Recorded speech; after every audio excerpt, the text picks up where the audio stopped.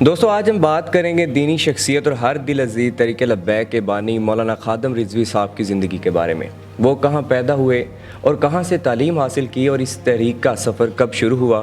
ہمارے ساتھ جڑے رہیں تو چلیں شروع کرتے ہیں۔ اب 22 جون 1966 کو پنجاب کے ضلع اٹک کی تحصیل پنڈی گیب میں موزہ نکا کلاں کے ایک ذمہ دار گھرانے عوان فیملی میں پیدا ہوئے۔ مولانا صاحب نے اپنی پرائمری تعلیم اپنے گاؤں میں حاصل کی اور 1980 میں وہ درس نظامی کے لیے لاہور مسجد وزیر خان میں قاری منظور صاحب کے پاس آ گئے۔ مولانا صاحب کے والد کا نام لال خان عوان تھا اور آپ کا بھائی آرمی کے جونیئر ریٹائرڈ کمیشنڈ آفیسر تھے۔ مولانا صاحب لاہور آنے کے بعد اپنی تعلیم میں مصروف ہو گئے، لیکن جب موقع ملتا اپنے گاؤں ضرور چکر لگاتے۔ مولانا صاحب کا مزاج ہمیشہ سے ہی نرم تھا اور دوسروں کی مدد کرنے کا جذبہ رکھتے تھے۔ ان کا تعلق ایک ذمہ دار فیملی سے تھا، لیکن اس کے باوجود بھی وہ غریب حضرات کی مدد کرنے کا جذبہ رکھتے تھے۔ مولانا صاحب حافظ قرآن ہونے کے ساتھ شیخ الحدیث بھی تھے اور فارسی زبان پہ بھی عبور رکھتے تھے۔ آپ نے پہلی نوکری 1993 میں محکمہ اوقاف میں کی اور اس ٹائم میں آپ حضور داتا گنج بخش دربار کے قریب پیر مکی مسجد میں خطیب تھے اور مولانا صاحب کی ماہانہ آمدنی 20,000 روپے تھی۔ محکمہ اوقاف سے بھی انہوں نے برطرفی کی، جو کہ حکومتی سطح پہ غلط پالیسیوں پہ تنقید کی وجہ سے ہوئی۔ 2007 میں اپنی والدہ محترمہ کے چہلم سے شرکت کر کے واپس آتے ہوئے ان کی گاڑی تلا گنگ میں حادثے کا شکار ہوئی، جس میں ان کا نچلا دھڑ متاثر ہو گیا اور آنے جانے کے لیے ویل چیئر کا استعمال کرنے لگے۔ اس کے باوجود بھی وہ دین اسلام کی خدمت میں ہمیشہ سب سے آگے رہے۔ انہوں نے اپنی ہر گفتگو میں ناموس رسالت صلی اللہ علیہ وآلہ وسلم پہ پیرا دینے کو ترجیح دیا، خاص کر ان دنوں میں جب قاری ممتاز قادری کے حوالے سے ان کا موقف حکومت سے مختلف تھا۔ ان کے سیاست میں آنے کی بھی سب سے بڑی وجہ قاری ممتاز قادری کی سزائے موت تھی۔ آپ نے کئی سال تک تحریک ختم نبوت کے لیے کام کیا اور 1 اگست 2015 کو تحریک لبیک پاکستان کی بنیاد رکھی۔ 2016 میں توہین مذہب کے قانون کے حق میں ریلی نکالنے پر لاٹھی چارج کرتے ہوئے گرفتار کر کے جیل میں ڈال دیا گیا۔ 2017 میں پہلی بار ضمنی الیکشنز میں کینڈیڈیٹ کھڑا کیا گیا، جس نے 7,000 ووٹ حاصل کیے۔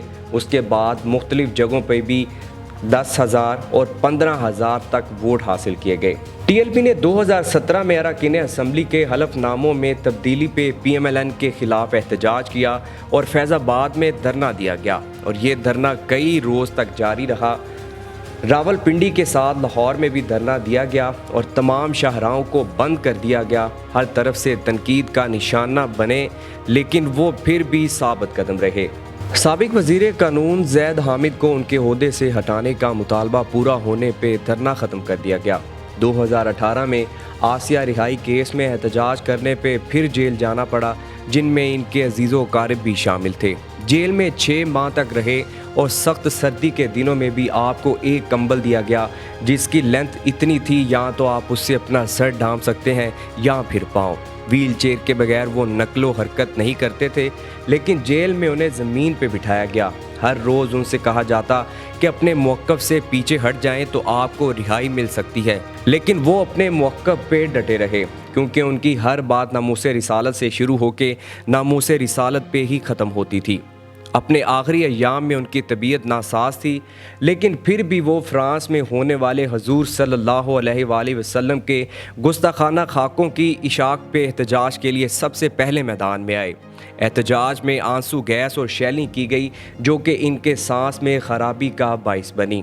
دھرنے کے بعد ان کی طبیعت اور بگڑنے لگی، جو کہ ان کے لیے جان لیوا ثابت ہوئی۔ آپ کی طبیعت زیادہ خراب ہونے لگی اور علاج چلتا رہا، لیکن طبیعت زیادہ بگڑ جانے پر شیخ زید ہاسپٹل لاہور میں لے کے جا رہے تھے کہ رستے میں ہی آپ 54 سال کی عمر میں نومبر 2020 میں انتقال کر گئے۔